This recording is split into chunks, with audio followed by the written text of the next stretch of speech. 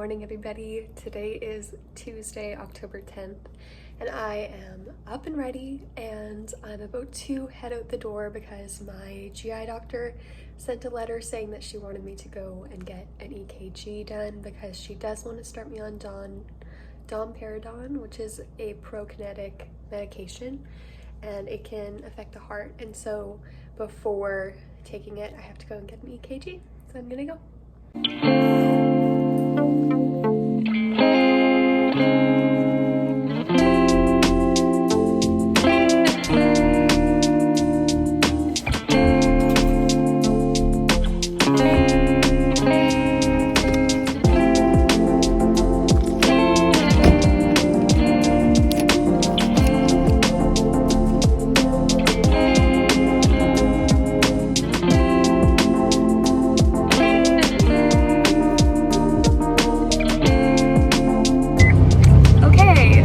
Of a change of plans. So I came over here to our clinic in town and they don't do 15 lead EKGs, so now I have to go to the hospital, so we're gonna go there.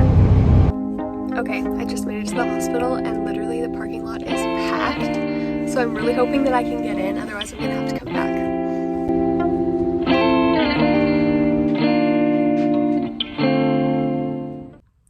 I just finished up with my EKG.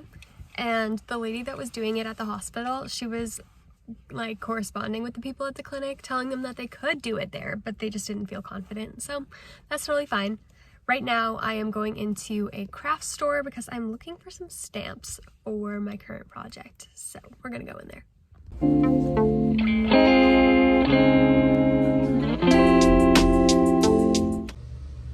Good afternoon, everybody. Today is Tuesday, October 17th. It's my dad's birthday, but I'm picking this up today. I didn't vlog like at all last week just because I didn't really have anything to vlog, honestly.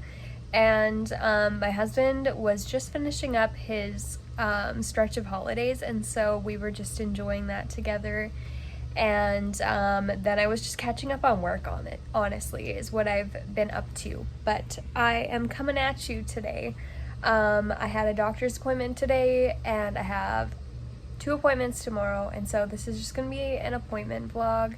The last that you saw of me, I was going to get an EKG because my doctor wants to start me on a medication and it can affect the heart. And so I went and I got that done, so I'm waiting to hear back results about that. And then today I just went and got blood work, and we're just checking on like all of my vitamin, protein, all of those levels, just checking basically for signs of malnutrition, because I mean, whether or not my blood work is showing it, I know that I am suffering from malnutrition from the lack of ability to eat. And so we're basically just checking on that to see where things are. And I was just going to share my tips and tricks on how I prepare for my doctor's appointments. So doctor's appointments used to be very frustrating for me because my doctor and I often don't see eye to eye. I used to really clash with him a lot because I mean, others probably have had this problem in the like medical area before, but I was young, female, and a lot of my issues were like connected to my menstrual cycle. And so for the longest time I would go to my doctor. He would either give me blood work and just tell me that all of my results were normal and so I shouldn't be looking for anything further, or he would send me to a specialist, but the specialist wouldn't find anything either, so it was always a dead end. And that was my story until we figured out that I had endometriosis, and then we figured out that I have Ehlers-Danlos syndrome and POTS. So now, how do I prepare for my doctor's appointments, and how did I manage to get those diagnoses? My number one tip is to be persistent. My doctor knew that if he didn't do the things that I was requesting, that I would be back in his office the next month requesting the exact same things.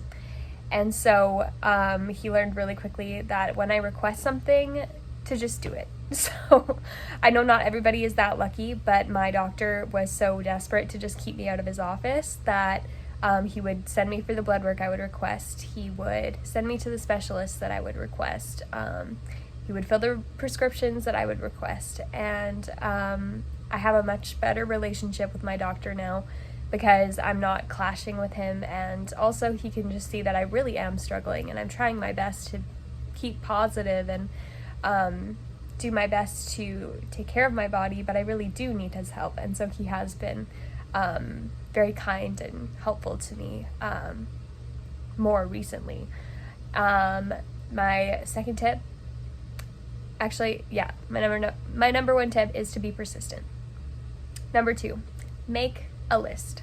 I'm someone who has a long list of symptoms, and sometimes that made it really difficult because getting a doctor's appointment specifically where I live can be very challenging. I'm very lucky to have a family doctor. There is a huge shortage in my area, and so not everybody has that luxury of getting to just book an appointment with their doctor. I have had the same doctor since birth, and I'm very thankful that I still have him, even though I've had my fair share of disagreements with my doctor. I forgot what I was saying. Anyways, make a list. The things that should be at the top of your list are the things that are bothering you the most. And what I found with my doctor is I needed to write down what I wanted him to do. And so with the symptoms that I would be having, I would do my own research, which can bite you in the butt, dependent on what doctor you have, because some doctors don't like when their patients do their own research, and so you kind of have to feel your way around. But for me, I always do my own research, and so I'm not just like Googling symptoms and being like, oh, I think I have this. No, like I'm taking my list of symptoms that are bothering me, and then I go down a list of things that we should be checking for based on my family history and just based off of like what is most common. And then once we cross those things off the list, then I push for further testing if I'm still having those issues.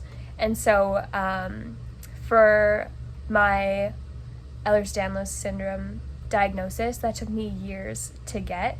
And we had to cross off so many things. And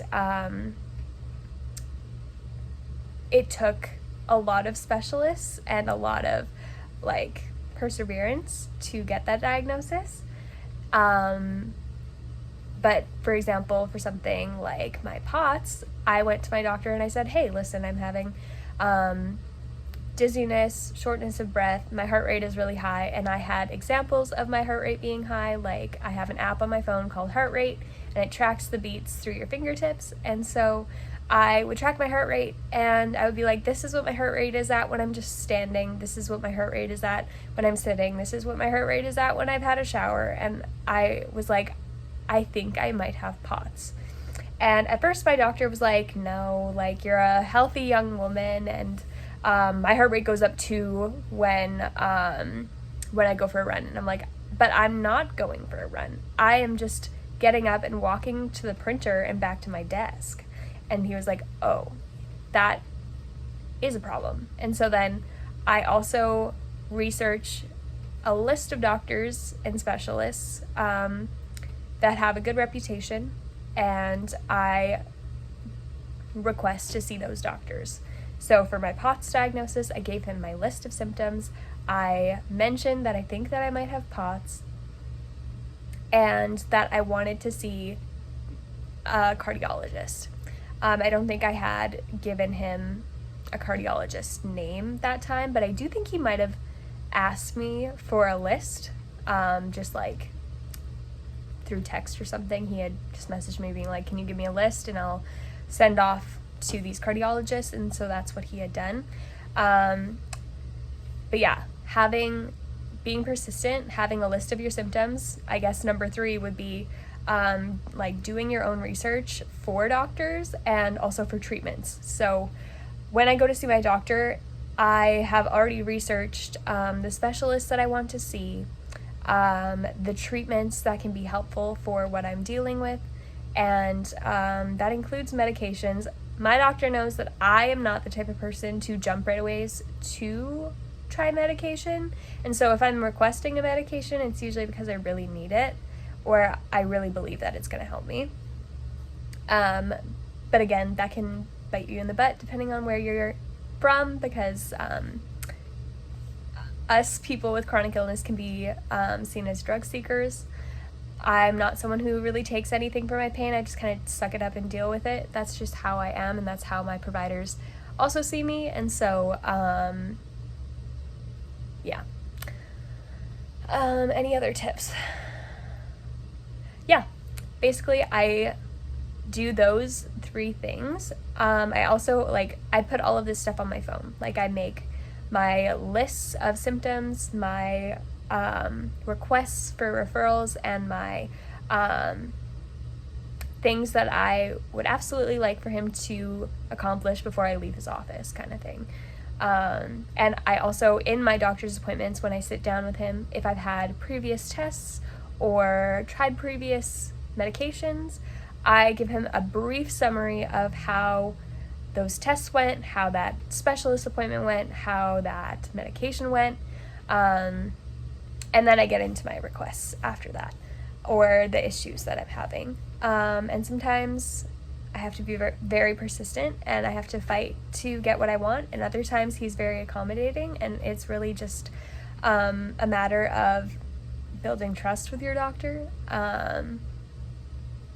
Of course, I've also just had to learn that he is a busy man. All doctors are, and they have a lot going on through their brain, and so I had to come to see things from his perspective, that it may not be that he doesn't want to help me, but that he is really busy and may not know how to help me. And so that's why I started taking these steps to help my doctor know how to help me. And for myself personally, whatever my doctor suggests, I always try to at least take his suggestions into account and even try some of them, because I want my doctor to see that I am gonna be compliant as long as I believe that it's actually going to help me. And I also am upfront when I think things aren't going to help me. And so for example, this doctor's appointment, he had suggested a medication, and I told him, hey, listen, I don't think this medication is gonna work for me. That's why I didn't fill it last month. That's why I didn't try it, because these are the most common side effects, and those are the issues I'm dealing with 24/7. I didn't want to make it worse. And so this is what my other doctor suggested, and this is what we're gonna try instead. And so that way my doctor is in the loop, and that way he doesn't necessarily feel like I'm not going to be compliant. I'm also something that has been really important for me in my chronic illness journey is prayer. That is the number one thing for me that has really helped me get the answers that I need, because I believe that God knows my body better than anybody, better than any doctor, any specialist, and he knows what my body is dealing with and how to treat it. And so I always pray about what could be going on with my body, what treatments should I try, different things like that. And I believe that the Lord gives me direction on those things. And that doesn't mean that I haven't tried medications and treatments that haven't helped me, but I've also dodged many a bullet by just taking these things to the Lord in prayer and offering them up to him and asking for wisdom and direction on the different things that I try, because I don't want to waste my time. I don't want to make myself worse. And I also don't want to waste my money on things that aren't going to work. And so those are the things that I do when I'm preparing for a doctor's appointment. So tomorrow I have a dietitian appointment, and it's basically the same thing. I just go through my list of all the suggestions that she gave me last time, letting her know I've tried it, Did it work for me? If it worked for me, if it didn't work, other things that I tried, blah, blah, blah. So that's how I make my doctor's appointments flow smoothly. I just also wanted to put in like a little disclaimer here. I think it's also super important that you, of course, show your doctor, medical provider, specialist a ton of respect. And so I'm not walking into my doctor's office and demanding him to do these things. It's more like an internal attitude that I have that I'm not going to leave without XYZ kind of thing. It's not like I'm holding my doctor hostage or anything. Like, I can't force my doctor to do these things, but he has learned with me that I am a persistent patient, and so he just does them so that I will stay out of his office, basically. And so I also just wanted to recap because my brain fog is like super bad, and so it was like that segment was a little bit rambly, and so I just wanted to like recap my points. Number 1, be persistent with your doctor. Number 2, make your lists, all of your lists. List your symptoms, list your treatment options, list your specialists. Just make lists and bring them with you to your doctor's appointment. And number 3, I don't even remember what number 3 was. Just a minute. I think number 3 is probably like, let your doctor know what you need, like what they need to do to help you. So like partner with your doctor basically in these things. It's going to be a give and take. Make your requests and also take their suggestions, and basically just like work with your doctor to make these things work. And I highly suggest that if you haven't tried praying about your symptoms, your illness, whatever is going on, I highly suggest also that you try taking your symptoms to God in prayer. I don't think you'll regret it. And so, yeah, I highly suggest that you try that. Also, now that I've finished my little rant, I am hopping online because for my work, I've been wanting to take part in some writing. And so I've been following Compel Writers Training on like Facebook and Instagram and by like Proverbs 31 Women's Ministries. And today they were having a like free like webinar, and so I'm hopping online to enjoy that. Lisa Turkhurst will be sharing how to successfully like share your story. So that's what I'm doing.